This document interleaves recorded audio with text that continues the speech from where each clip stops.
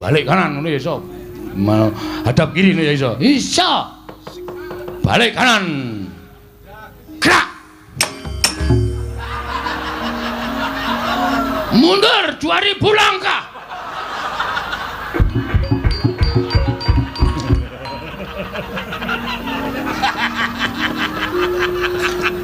Hei, srene. Aku nang kene wae kok, Truk.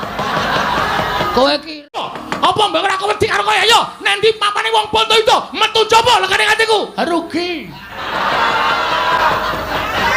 jane rasa rene kok kono wae aku ora basa ora masalah ora bakal kualat karo kowe kowe iso kaya ngene iki mergo aku sing budidaya kowe iso dadi satriya sampeyan iso lengganing Jodipati nek aku ora ngewangi babat Wonomarta jaman semono apa entuk Pandhawa negara Ngamarta kowe ngewangi po. Kowe meneng wae cangkepe ra sadar. Ora.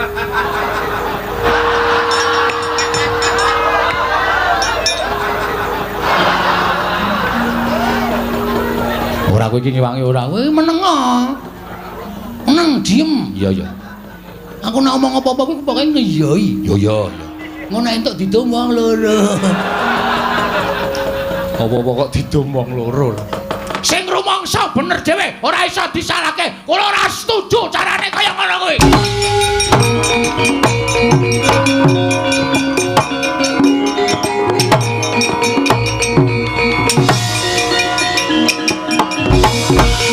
Jane rasa rene kok kono wae. Lah ngopo? Aku tratapan. Tratapan, Dik. Dik. Malah ayo saiki kowe ngecawa iki sak ngerti kula Ndara Werkudara niku wonge angel nesu nek ora ana sing ngubup-ubupi nek ora ana sing ngompori sapa sing ngompori Werkudara lho aku ora ngaku wae glandang nenggala kowe hus nanti papane wong bondo itu metu coba legane atiku rugi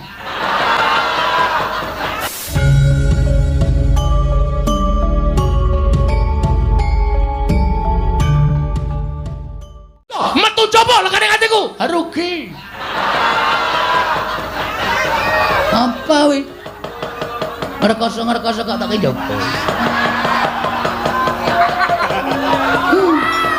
rajos jirih ora sakakan gurung tanpa kon ayo karepmu piye pokoke sampean gelem golek apa ora aku ora gelem golek ora gelem ora gulung wae metu coba legane aku sing mungsuh Ndara Werkudara kowe oke sing musuh Ndara Baladewa kowe sik iki wong loro. Ha iya. Lah sing mulih aku musuh Ndara Werkudara kok kowe sing musuh Ndara Baladewa kowe. Lah kowe ngopo? Aku ora wani kabeh. Ora wani kabeh ora. Apike kleru len nata wayang iki kudune nang kene. Gendapan. Mulak malih kok. Nek carane ketoprake metune saka kene ora saka kene. Tutuk ngono kok tutuk saka kene ya ora apik. Ngono kok kon ngekeki kamar hotel.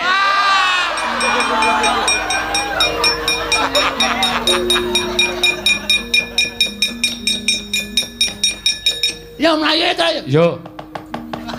Mlayu endi? Mulih. Iki awak dhewe mati tenan gong mergane mati tenan modar tenan iki kowe ngapae kowe ngapa lho mlayu nendi rono Kang ora ngono nek nasibe awake dhewe kaya ngene ngapa jane mbok terus terang nek kira-kira Werkudara ki ngandhake anak-anake Gatot Kaca Antarjantasena terus kon nyebar golek awake dhewe ora usah wedi to kowe mungsuh wong tuane. Gatotkaca Antarja cecekane untune. Mbok cangkeme sing apik, Gong. Ngapa? Ora ana wonge kok. Santai wae. Nek ana wonge aku ya ora wani berkata seperti itu. Wong basa Indonesia ora seperti itu. Berkata seperti itu maksudnya. Wani tenan. Wani. Nek upama Ndara Garkaca tekan kene, Ndara Garkaca senengane nguntir sirah. Aku ya kondang nguntir bayar. Ndara Antarja nyembur, aku ya kulino nyembur. Ndara Antasena kae wong kocluk. Anak Werkudara sing ora duwe sopan santun, ora duwe tata krama, wani karo wong tuane iki sing Antasena. Antasena. Nek tekan kene tandangane padha-padha le petuk. Kowe mbiyen di SD dilatih baris ora? Oh iya. Pandu e. Gus. Pandu ki bapakne Pandhawa. Anu maksude pramuka lho. Sadurunge penggalang Pandu. Iso baris. Iso. Sep. Istirahat di tempat gerak. Wah. Gap gerak. Nek mengo-mengo ngono ya iso. Iso digulu Maksudnya nek balik kanan ngono ya iso. Hadap kiri ngono ya iso. Iso. Balik kanan. Gerak.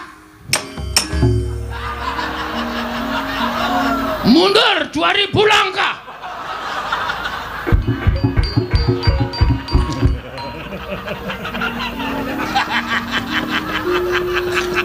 Hei, srene.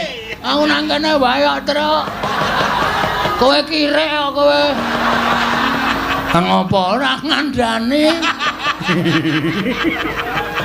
Aku nek kowe wedi seneng e, Gong. Raimu pucet matamu. Konangan. Rene. Ndara Antasena ora apa-apa. Asem. Apike njuk ngapura. Ngapura nggih, Den. Ora apa-apa wong aku kocluk tenan kok. Dar. Nek Bagong karo Antasena padha-padha le petuk, ha to. Guyon Ciluba. Mus wong tuwa kok diciluba ya. Gong, Nun, Truk, Nun. Aku ngerti, kowe keweden to? Nggih. Mergo doyak bapak. Nggih. Bagong doyak sapa? Polisi. Anu namane Baladewa. Siwa Mandura. Nggih. Lah ngopo? Tak tantang cah kendele. Terus metu njaba rame banget. Rika Bagong panemane mendi minggat dhewe. Kula aling-aling bakul dawet. Terus melipir lunga kula. Terus tekan kene iki. Lah aku ki mau diundang bapak. Wuh, timbali Kang Rama. Heeh. Kon goleki iki karo Bagong. Kon bonto tani kon ngrincung sikile. Mudhar ora kowe tekan kene. Ngopo mundur? Terus sampean wangsulan pripun? Aku njaluk keterangan karo bapak. Jane eneng ngopo to, Pak? Bapak crita nana bla bla bla bla bla. Saiki iki ngono kuwi, Truk. Ora gelem jelaske ming bla bla bla bla bla. Kuwi kudu wis paham. Iya. Pun ngerti ceritane. Wis, terus aku ngluputke bapak. Kakang Garkaca Kakang Antarja sing maune arep mbondo kowe ora sida mangkat. Wo, telat. Ora. Ora sida mangkat mergo bener ki omongane Antasena. Lah aku tekan kene iki wis sarujuk karo Kakang Garkaca Kakang Antarja, aku arep ngewangi karo kowe. Tenena. Apa? Apa, Gong? Tenena. Tenane. Tenan. Lahir batin.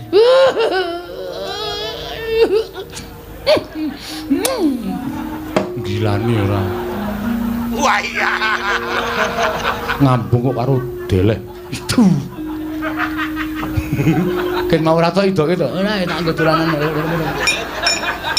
Jiji. Lae. Ayo.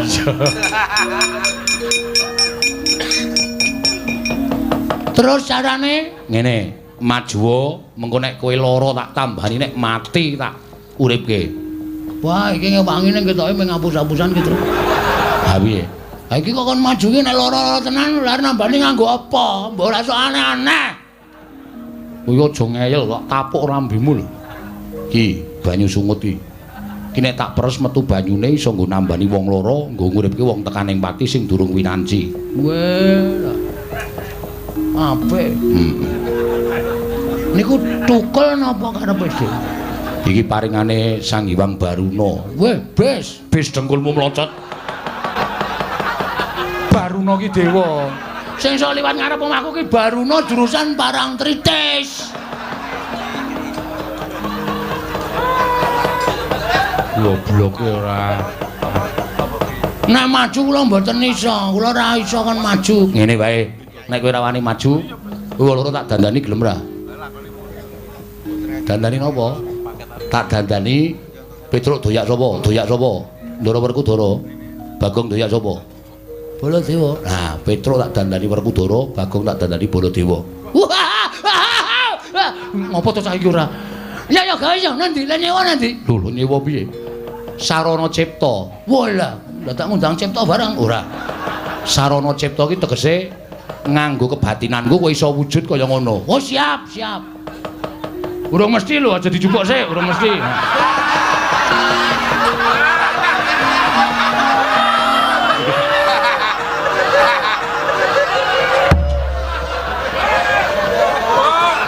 Ora mirang-mirangke rombongan kok. Lancang sak. Kowe nek cara kuno seneni kowe. Oh, ndukuke wayang ki ora kena mbadarke penonton ngono kuwi. Nek carane simbah-simbah mbiyen seneni simbahku mbiyen nek ana muni urung badar disebut jenenge urung jukuk. Oh. Oh mbiyen ki jukuke wayang nganggo sasmita, Tru. Anggere dalange wis. Ah, ngene iki Werkudara. Oh, mbok kandhani. Anggere muni ngene Gatotkaca. Anggere dalange Anoman.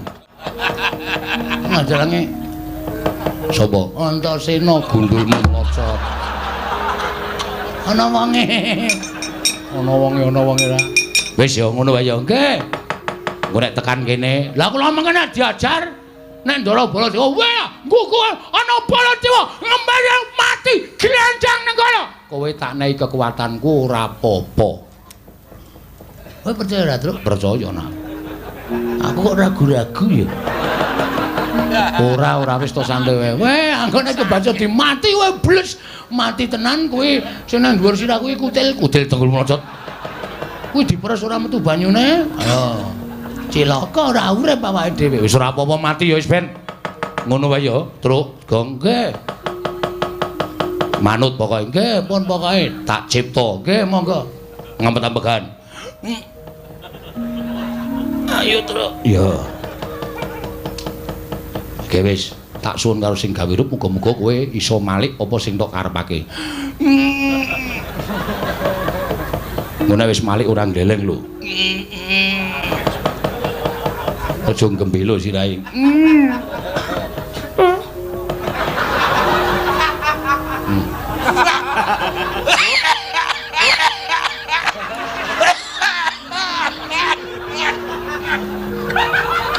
Cek sapa iki, Mas? Cekmu. Aku kok pangling ya? Iya. Karo ceke dhewe kok lali. Wis suwe ra pangling aku. Wis ndak kok ki ngomong kok ndak malah ora rampung-rampung. Nggih. Tan samar pamoring sukma sinukmaya. Sarya tawang-tawang waspa. Sareng kula dangu menapa ta sababipun dene Yai Prabu Ndarawati sowan dhateng negaring Mandura. Nedya nganti dhateng Ngaraka ing Mandura supados dados saksi tama badhe aturipun Yai Prabu Kresna inggih kunjuk paduka Yai Samyaji.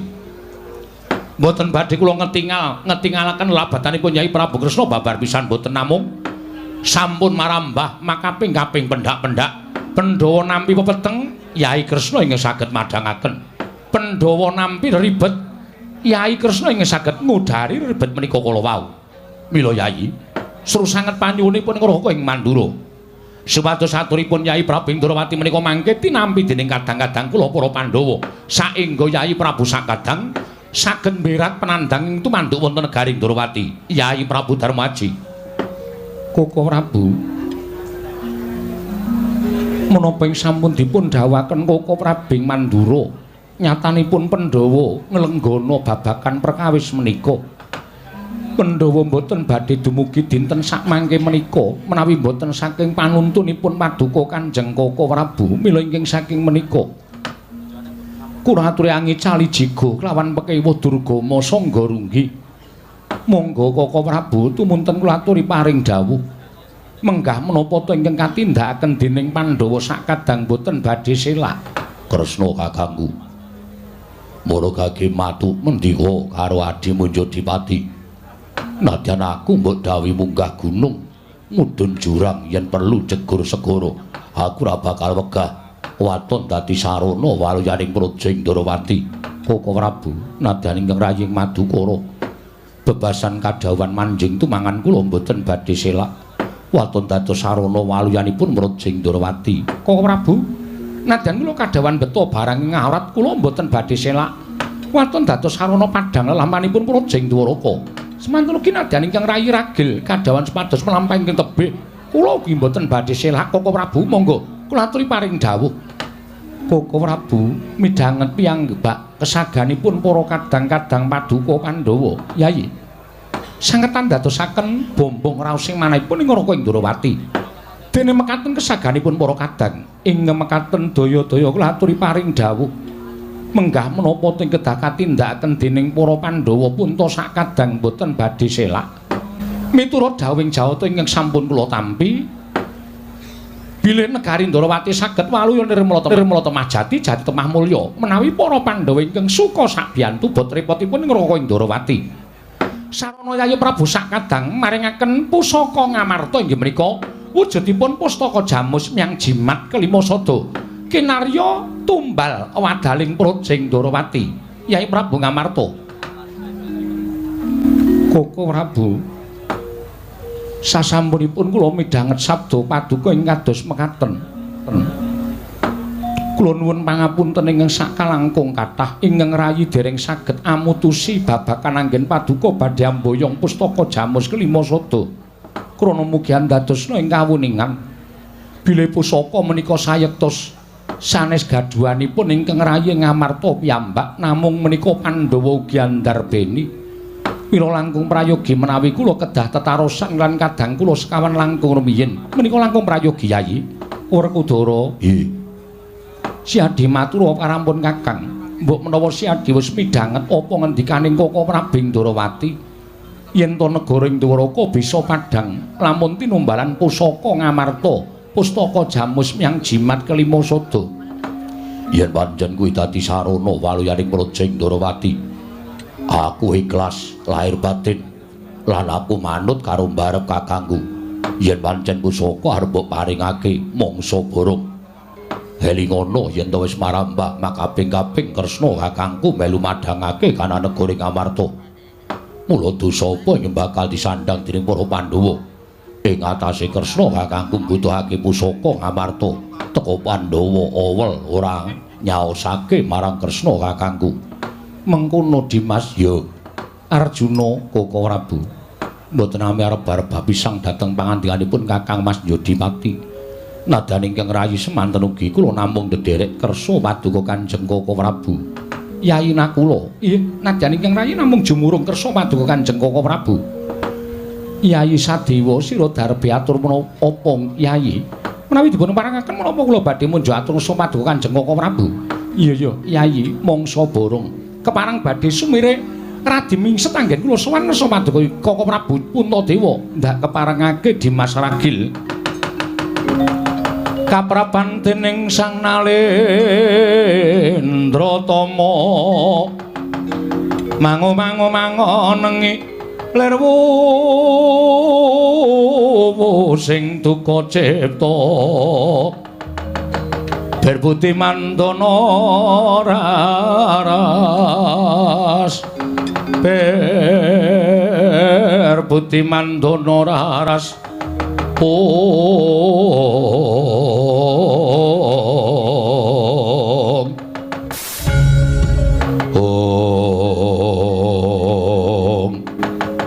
Amit pasang Kalimantabe tinebina ing ladune Demaweng tawang tuwang Koko Prabu menawi dipun keparengaken ingkang rayi ragil punja atursa paduka Kanjeng Koko Prabu Puntadewa Yayi Sedewa sira darbe atur apa teka sira tumuli maju ning ngarsaning pun Kakang apa darbe penemu ingkang beda kelawan kadang-kadangmu kabeh mara matur marang pun Kakang lho nggih Mrewon lepatan pun aturipun ingkang rayi pun ragil kula nyadong deduka ing sakalangkung kathah ing sepisan kula ngaturaken sembah pangabekti dungkap angka kalih kula nuwun sewu menawi sedaya para pepunden para kadang-kadang kula Pandhawa sanesipun Kakang Mas Jodipati Kakang Mas Madukara Kakang Mas Sawu Jajar sedaya ngiklasaken pustaka Jamus Klimasada menika dipun asta dening Koko Prabu Dwarawati supados kinarya tumbal wadaling projeng Dwaraka kula nyuwun pangapunten menawi kula kok radi mboten mathuk kula radi mboten cocok kuwi kula mboten candha lire kepiye dene Dimas matur ingkang kaya mengkono inggih mergi menapa dasar kula namung gampil kemawon pustaka Jamus Klimasada menika kula nuwun sewu menika sanes pusaka nanging menika panggesanganipun para Pandhawa mboten ngomongaken panggesanganipun para Pandhawa nanging menika ugi panggesanganipun para kawula sak negari Ngamarta menawi kawula negari Ngamarta menika koncatan pustaka Jamus Klimasada menika mangke badhe nungsang puyang gesangipun para kawula sak negari Ngamarta.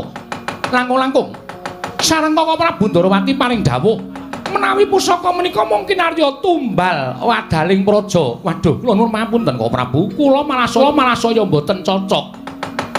Mergi dipun agem tumbal menika tanwande mboten badhe kondur malih wonten negari Ngamarta. Ateges Pandhawa menika mangke badhe koncatan pustaka Jamus Klimasada. Kose Sedewa kula nuwun dawuh. Aku matur yen to pustaka Jamus Myang Jimat Klimasada kuwi bakal dadi tumbal ning bakal tak kondurake marang Kyai Prabu Darmakusuma. Kula nuwun sewu. Ingkang nami dipun wastani tumbal menika caranipun tiyang Karang Pradesan menika dipun pethak, tegesipun dipun pendhem.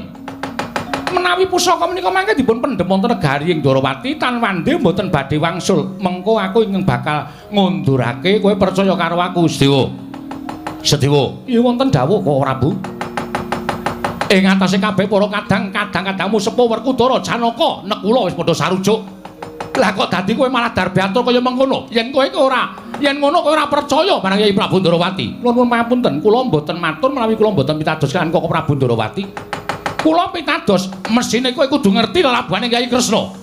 Kula ngertos kula nuwun sewu lelabetan menika nek saged mbok ya aja diitung. Wong labuh kok diitung menika cara pundi? Mongko piyai kuna sami nyebataken yen tanganmu tekan kuwi ngulungke tanganmu kiwa aja weruh. Menika tegesipun lelabetan menika sampun kantos dipun petang. Menawi ngaten menika caranipun panjenengane etang-etang bab lelabanipun Koko Prabu Ndarawati lah menika mangke mboten badhe rampung perkawisipun. Tegesipun Pandhawa tatas sing gadah piutang kathah kaliyan Koko Prabu Ndarawati. Nek labuh menika ya lahir batin aja duwe pangarep-arep menapa-menapa. Aja duwe penemu yen sesuk aku kerepotan bakal dilabuhi genti. Menika tegesipun nek labuh menika mboten lahir batin. Wah, dalam. Malah nyala wedhak. Kowe malah nrambul karo rembuke Baladewa. Mboten ateges kula wantun Koko Prabu. Nuwun pamunten menika perkawis pustaka Jamus Klimasada. Mboten perkawis menapa-menapa. Mila menawi Pandhawa menika mangke nadyan sekawan sampun nyaosaken pusaka dhateng Koko Prabu Ndarawati. Ning menawi wonten setunggal ingkang nggondheli menika mangke mboten badhe kasembatan dipun boyong wonten negari Ndarawati. Yen ora kelakon diboyong menyang negara Ndarawati, sing nggondheli kowe tegese kowe wani karo kadangmu tuwa. Nata ing Ndarawati apa dina nata ing Mandura. Nuwun pamunten, menika mboten perkara wani karo ora wani lho. Menika perkawis pustaka Jamus Myang Jimat Klimasada. Dados kula mboten matur nek kula wantun kaliyan Koko Prabu Ndarawati, kula mboten matur nek kula wani karo Koko Prabu Mandura, mboten wantun matur kados mengaten menika. Namung kula ngemotaken bilih pusaka menika panggesanganipun para Pandhawa, pusaka menika panggesanganipun para kawula sak negari Ngamarta.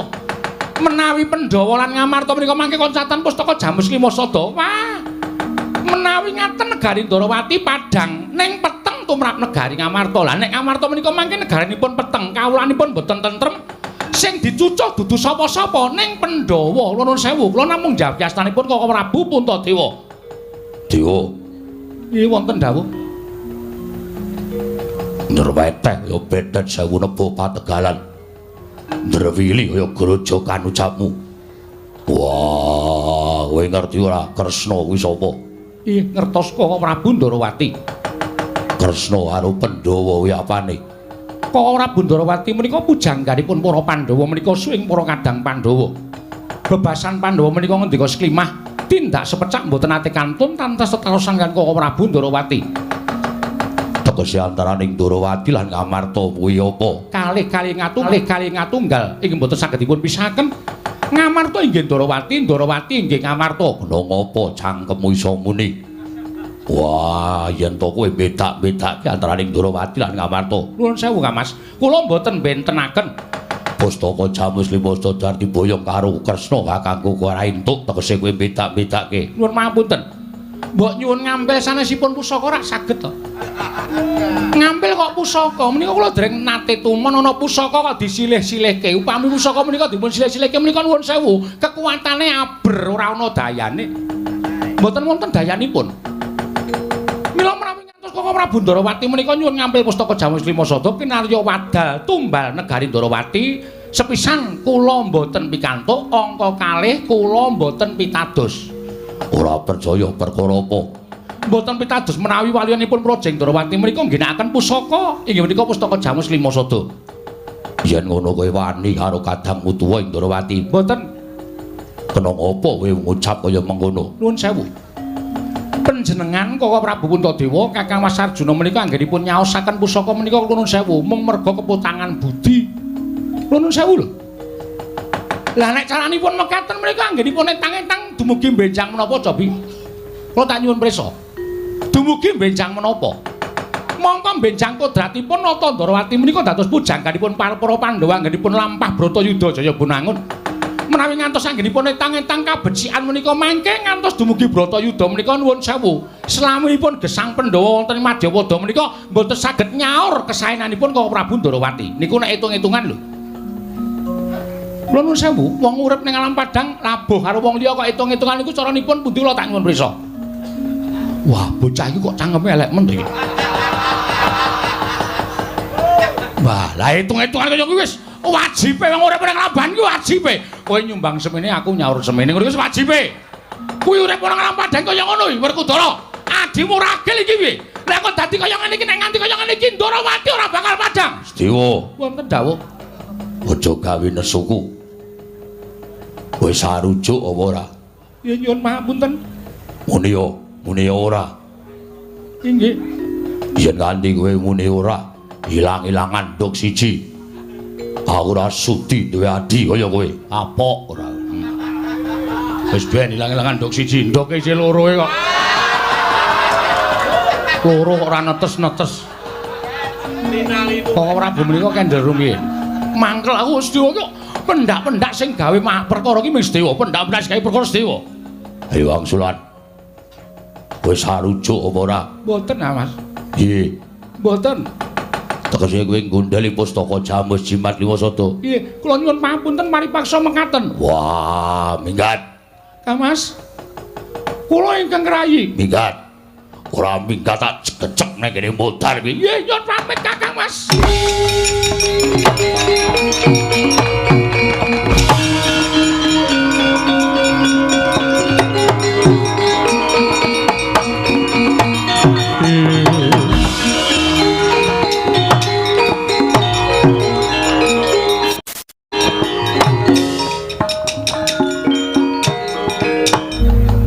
Keladuk nggone Siadi paring duka kelawan kadangmu ragil. Wis ben.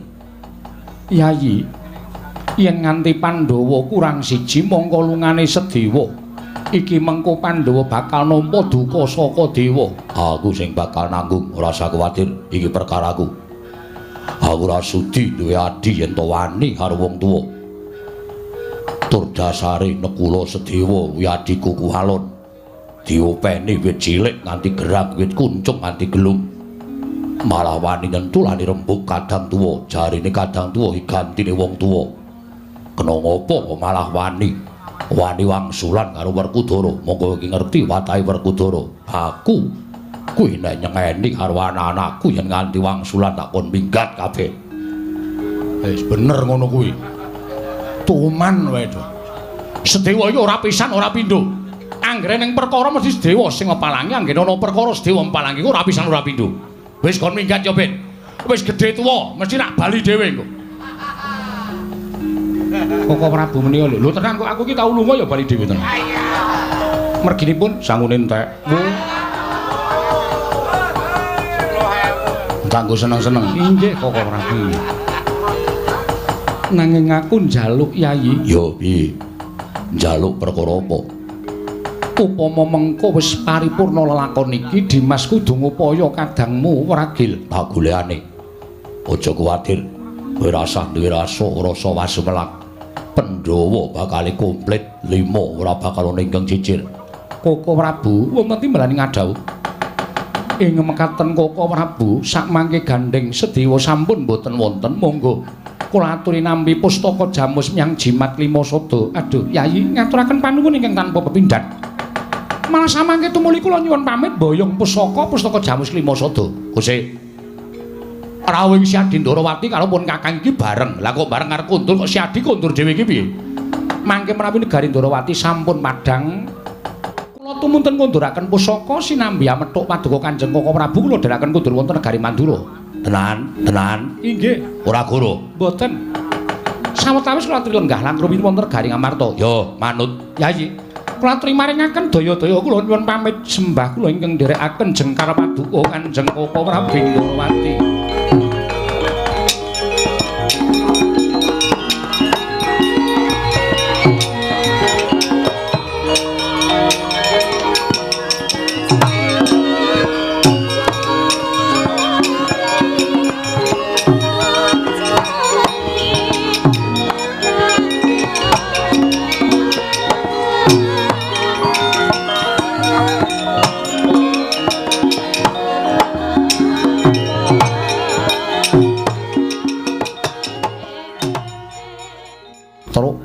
Kelawan Ponokawan Bagong. Wah, pancen bener. Apa rumangsane kancane Piyayi kok dijak salaman. Ya ngawur kok kowe. Dikipatke to tangane. Tanganku cocok ku pancana kae. Jaluk dit. Nggih. Tatu ora, metu getihe. Terus kudu sontek. Wah, njaluk dit. Petro iki mbadarke senengane. Petro dalem padha rarja sak praptamu. Pangestunipun sinuwun Prabu Puntadewa wilujeng niring sambikala bekti kula kunjuk sinuwun. Iya Petro ndak tampa pangestuku tanpa nana kula pundi nggo jimat paripe dayanana ing kasantosan. Ponokawan Bagong padha rarja sak praptamu. Berkah pangestunipun sinuwun Prabu Puntadewa wilujeng sowan kula tebih saking Rubeda. Iya Bagong, sesuk meneh nek ngadhep ratu kuwi nyembah. Oh nggih. Ratu kotok jak salaman. Keakraban sinuwun. Duapure ora. Njur anggepe ratu kuwi karo kowe iki derajate adoh kok akraban. Weh, dhek kudu sadar mbiyen ki dadi ratu mergo tak coblos. Ha iya. Kudu merakyat dadi dijak salaman masyarakat ki aja lara ati. Aku ora lara ati Bagong mung tata. Modar ora kowe. Napa iki? Tidak sekrup aku. Kraton kok ana sekrup ora. Sesuk meneh aja ya Bagong. Nggih, mboten. Rarja sak praptamu. Wilujeng bekti kula sinuwun. Iya ya Bagong, tak tampa pangestuku tanpa nana. Kula pundi nggo jimat paripe dayanana ing kasantosan. Petruk slamet tekamu.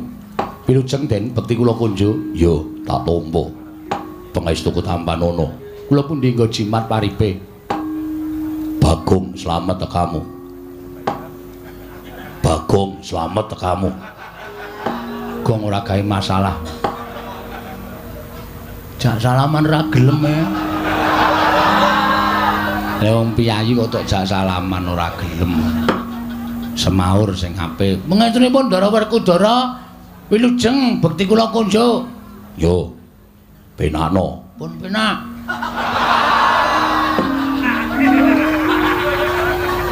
Wis penak kok. Wis. Petro Kantong Bolong Padha Raja sapraptamu. Sinuwun Mandura wilujeng bekti kula kunjuk. Yo. Bagong slamet. Nun, Bagong slamet. Pengaturipun Sinuwun Mandura wilujeng nering sambikala kepareng ngaturaken sembah pangabekti kula kunjuk. Wah edan jangkep tata krama ukaramu. Pengaturipun nggih. Prayoga nuwun mulungguh. Sampun boten kirang prayogi. Sampeyan gadhi sekecake nggih? Yo. Pun asal unjukan? Durung. Sami. Petruk Padhararja. Ndara Janaka bekti kula. Iya, Bagong Padhararja. Ndara Janaka bekti kula. Iya, Bagong. Pangestuku tampan ana. Kula pun dinggo jimat paripe. Petruk wonten dawuh. Eneng apa Petruk teka sira sowan mangka tanpa tinimbalan Panakawan.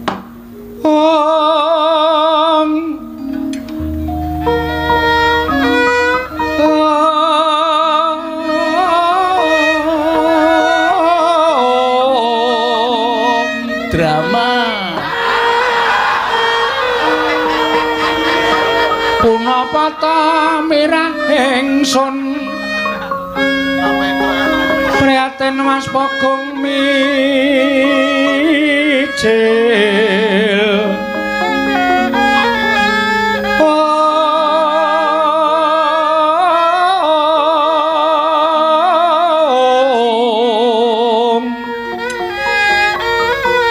tanpa karya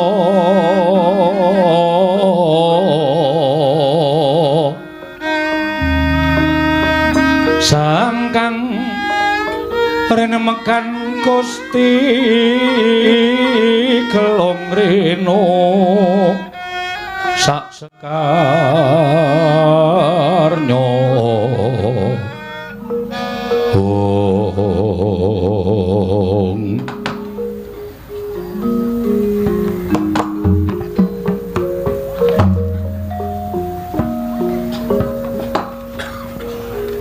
Panakawan ana apa dene sira tak timbali malah nangis Petro matura ya gene ana lakon apa Panakawan. Nuwun pangapunten. Kula niku jare boten kuat ngampet rasa panjenengan parindhawuh Petro ana apa. Mergi kanan karang kadempel niki peteng. Ya, Gang. Heeh, wong listrike mati. Kowe anggere entuk-entukan ratake kowe yakin. Kowe ora mbantu kok.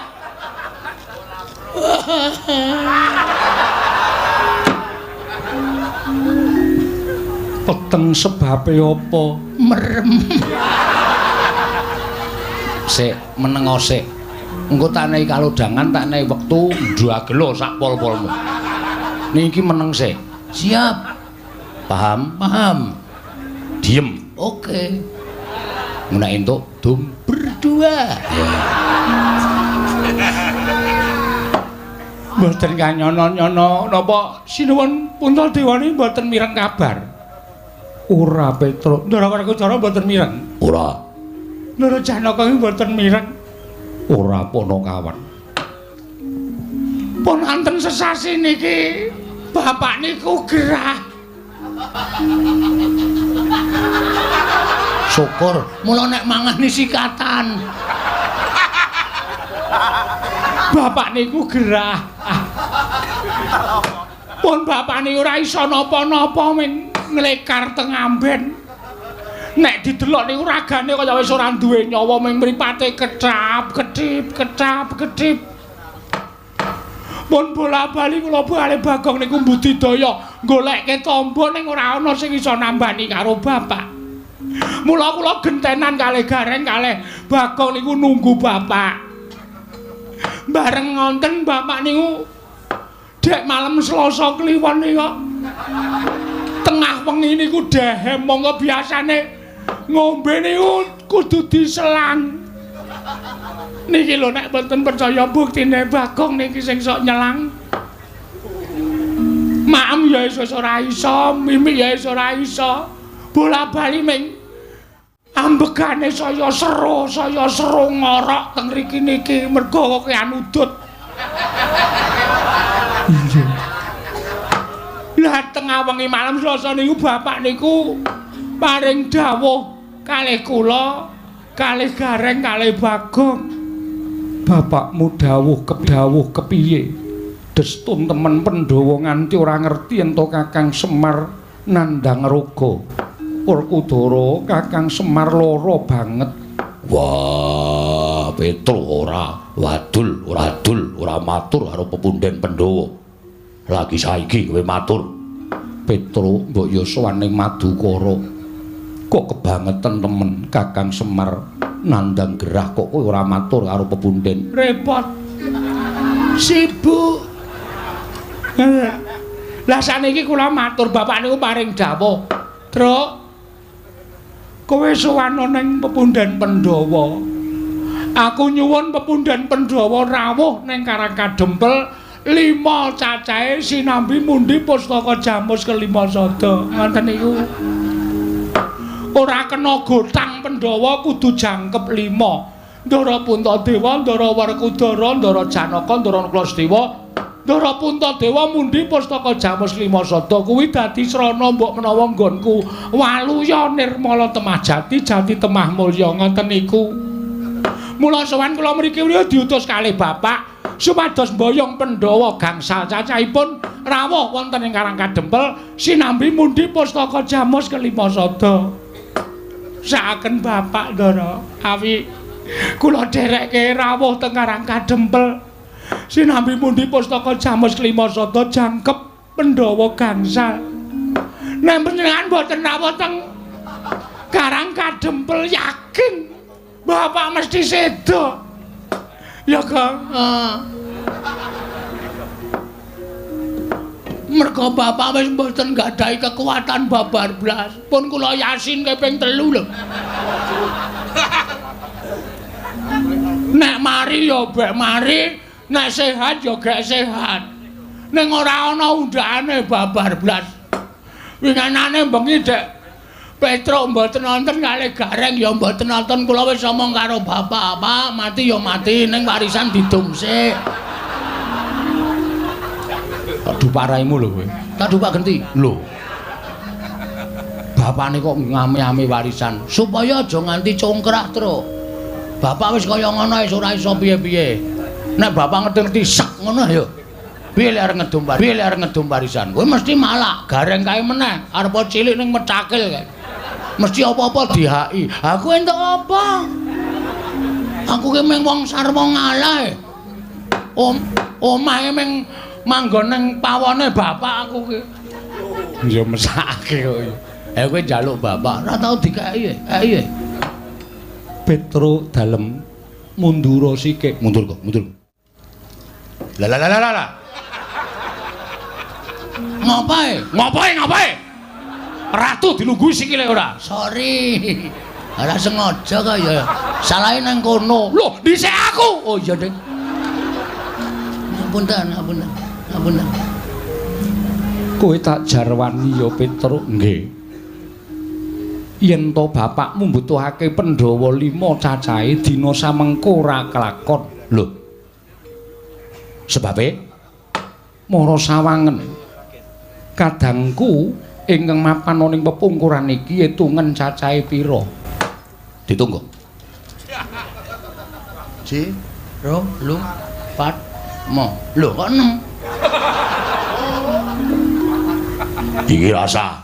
Kowe kok nang kono toyem. Ngisru-ngisru pikiran kowe. Minggir.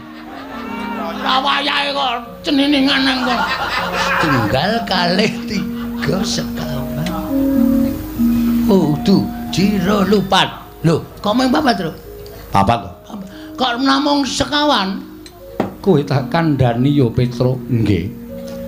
kadang utawa pepundhenmu ya kuwi Yayi Sedewa ninggal praja. Lho, sebabe merga didukani kelawan bendaramu Jodipati. Lah kok iso didukani sebabe apa?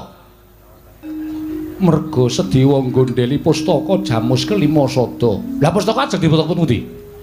Disuwun ngambil Koko Prabu Ndarawati. Lah kok Sinu Ndarawati ora ana? Petruk ora seru-seru. Aku nek tok oyak kaya ngono kuwi gendandapan Petruk. Ratu gendandapan.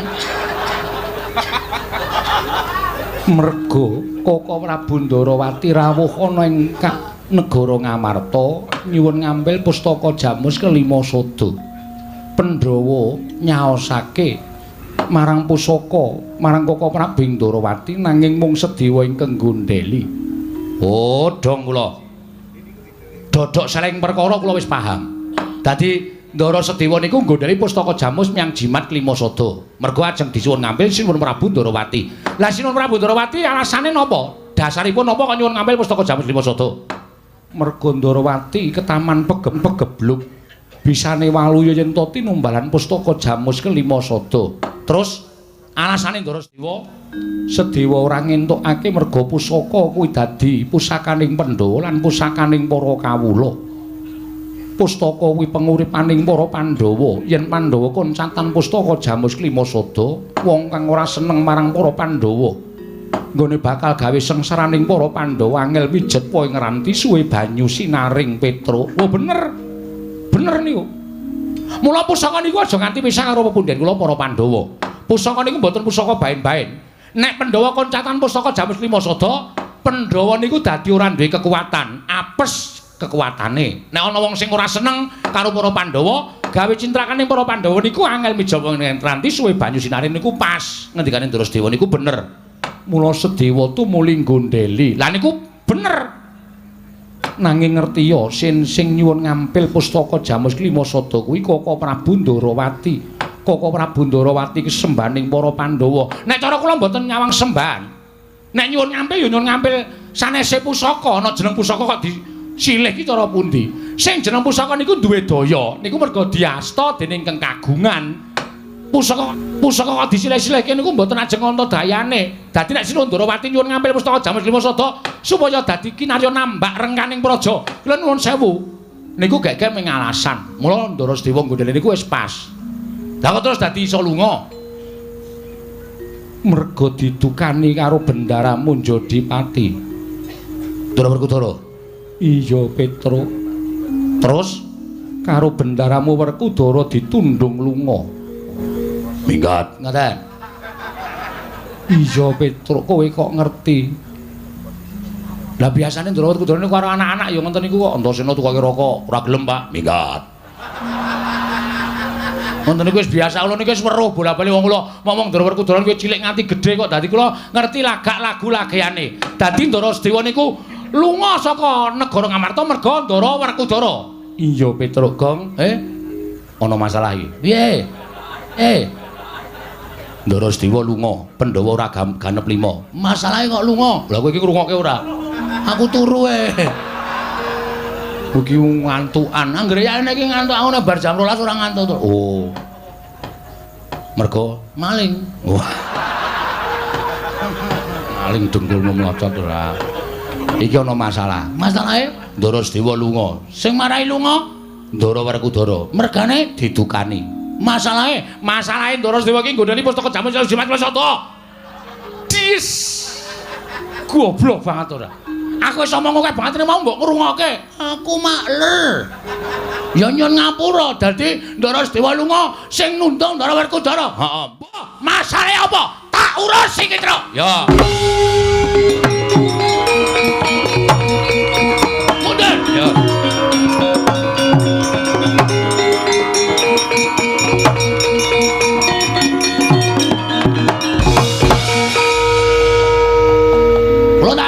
Karo sampean. Wah, Bagong wong edan. Karo bendara nuting-nuting. Sampeyan ngaku aja goro. Satriya ki nek goro cetel kasatriyane. Perkara apa? Kowe nundung Sedewa, ha. Kowe nundung Ndara Sedewa apa ora? Wah, iya. Dasare apa aku tak takon? Sedewa wani karo aku. Dikandani ora nggugu, aku wegah duwe dulur yen dikandani ora nggugu. Tak tundung minggat. Terus saiki nek nganti Saundara Sedewa minggat, Pandhawa ora jangkep 5. Monggo Semar loro, isane mari nek Pandhawa rawuh 5, cacahe ning Karang Kadempel. Nek nganti mung 4. Nek nganti Semar, endi Pandhawa? Jira lupat teksek ngono piye? Hah? Ora mikir to kowe? Kula kandhane nggih Den, Pandhawa niku aja nganti godhang. Merga Pandhawa niku nuwun sewu, 5 cacahe iki wis ngrambangke dhewe-dhewe. Ndara Puntadewa kuwi nuwun sewu. Sing barep kuwi nglambangke Ndara Puntadewa kuwi ora tau gelem perang, ora tau gelem tumindak ala, ora tau gelem tumindak sasar susur, watake resik, lahir batin manembahe taberi. Nyembah karo sing gawe urip. Mula Ndara Puntadewa ki perlambang wong sing manembah karo sing ngakarya jagat. Sampeyan ki kasantosan. Ndara Janaka kuwi tresna asih. Lho, kabeh wis lambake dhewe-dhewe. Kok dadi Ndara Sedewa kok tok tundung lunga? Wah, Bagong ora basa aku iki bendaramu. Kowe kudu nganggo tata krama ora basa karo aku. Tuwa sapa Werkudara Rubah? Tuwa kowe. Nah, aku ora basa ora masalah. Ora bakal kualat karo kowe. Kowe iso kaya ngene iki mergo aku sing budidaya. Kowe iso dadi satriya, sampeyan iso lengganing Jodipati nek aku ora ngewangi babat Wanamarta jaman semono. Apa entuk Pandhawa negara Ngamarta? Kowe ngewangi po. Kowe meneng wae, kowe meneng wae cangkepe ra satrep. Ora kowe iki ngewangi ora, kowe meneng. Meneng diem. Iya. Aku nek omong apa-apa kuwi pokoke ngiyoi. Yo. Ngono entuk didum wong loro. Apa-apa kok didum wong loro? Hah? Nek kanan kaya ngene sampeyan notohke nyawa. Nyawane sapa? Nyawane Semar. Nek ngono sampeyan seneng Semar mati, ha? Nek ngono sampeyan seneng Semar mati, ya. Sampeyan bunga Semar mati. Wah, Bagong. Hilang tata kramamu karo aku. Kowe wani karo Werkudara. Nuwun sewu, kula ora wani karo Werkudarane, ning wani karo pambegan sampeyan. Sing rumangsa bener dhewe, ora iso disalahke. Kula ora setuju carane kaya ngono kuwi.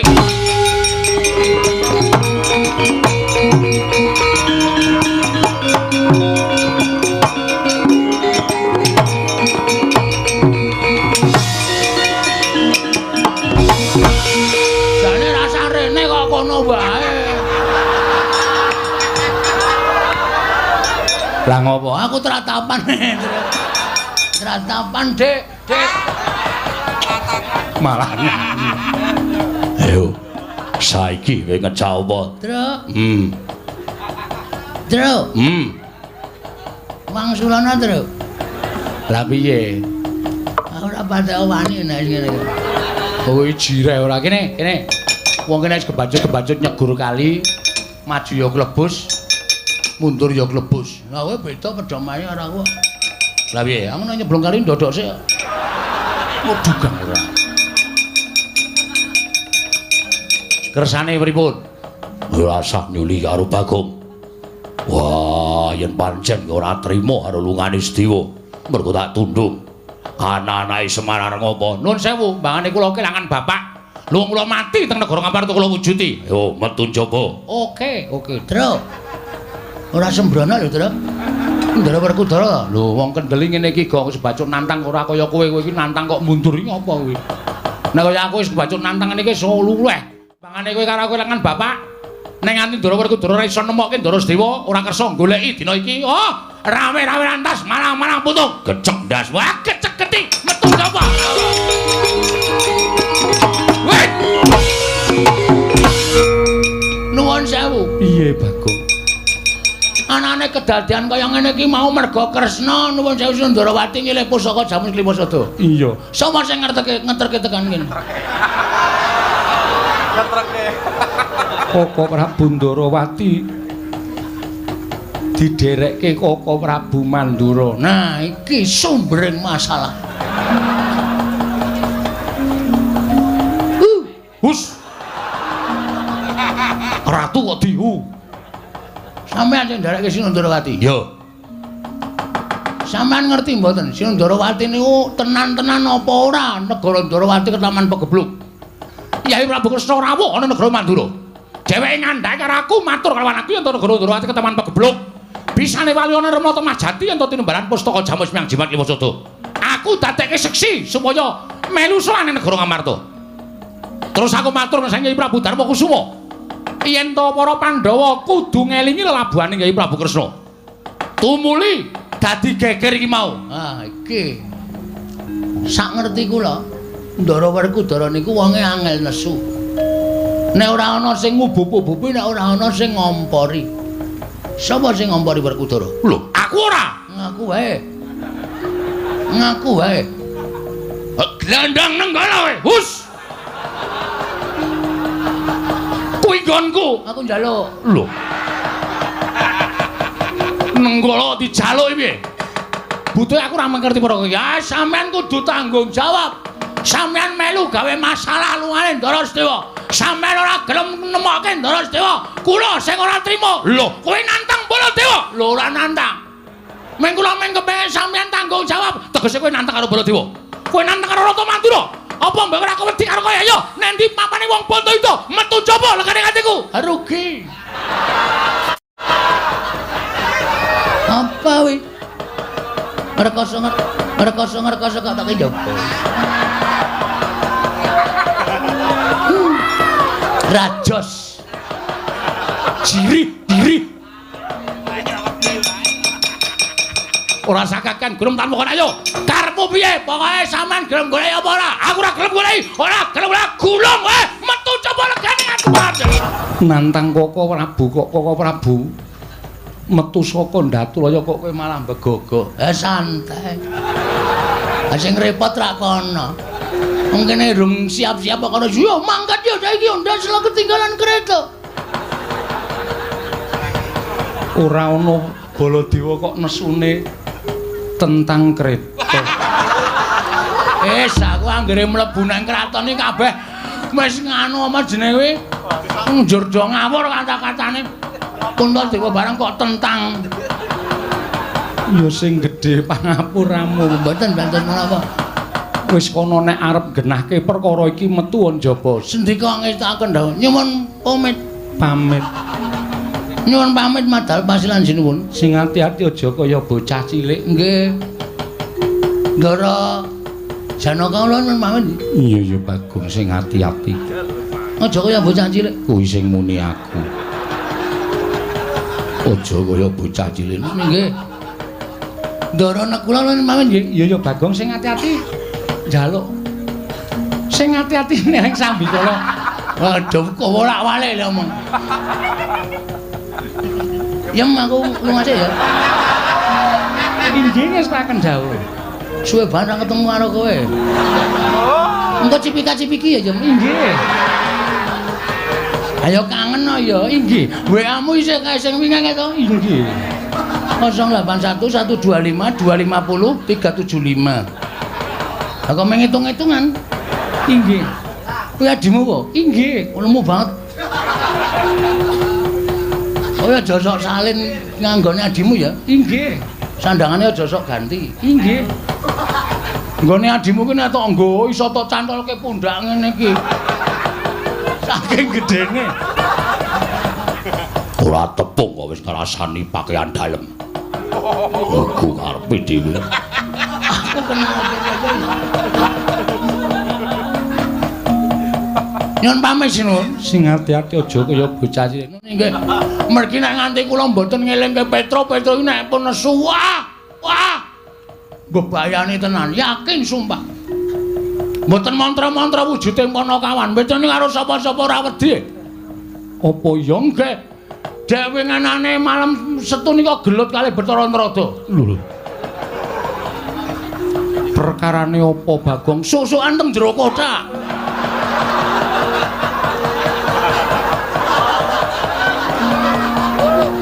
Kok iso enggak ora weruh. Dosare kabeh. Betul-betul musuh Petro disadol rame teng jero gludak-gluduk. Sing damekke nggih kula. Ya wis syukur yen to kaya mong Nggih ngoten mawon nggih nyuwun pamit. iya sing ati-ati. Bareng. Iya. Pun ya Ndara Janaka. Iya sing ati-ati Bagong. Ndara Sembadra sehat to? Sehat. Ndara Srikandi. Iya waras Bagong. Syukur. Pun ya Ndara kula. Iya Bagong sing ati-ati Ngono nggih. Oh iya nah. Nggih. Dadah. Inggih ngatos-atos. Pedone ora tak kandhani tuman wae. Wis merna-merna gawe masalah terus nang kampung ki. Adek malam Selasa wingi.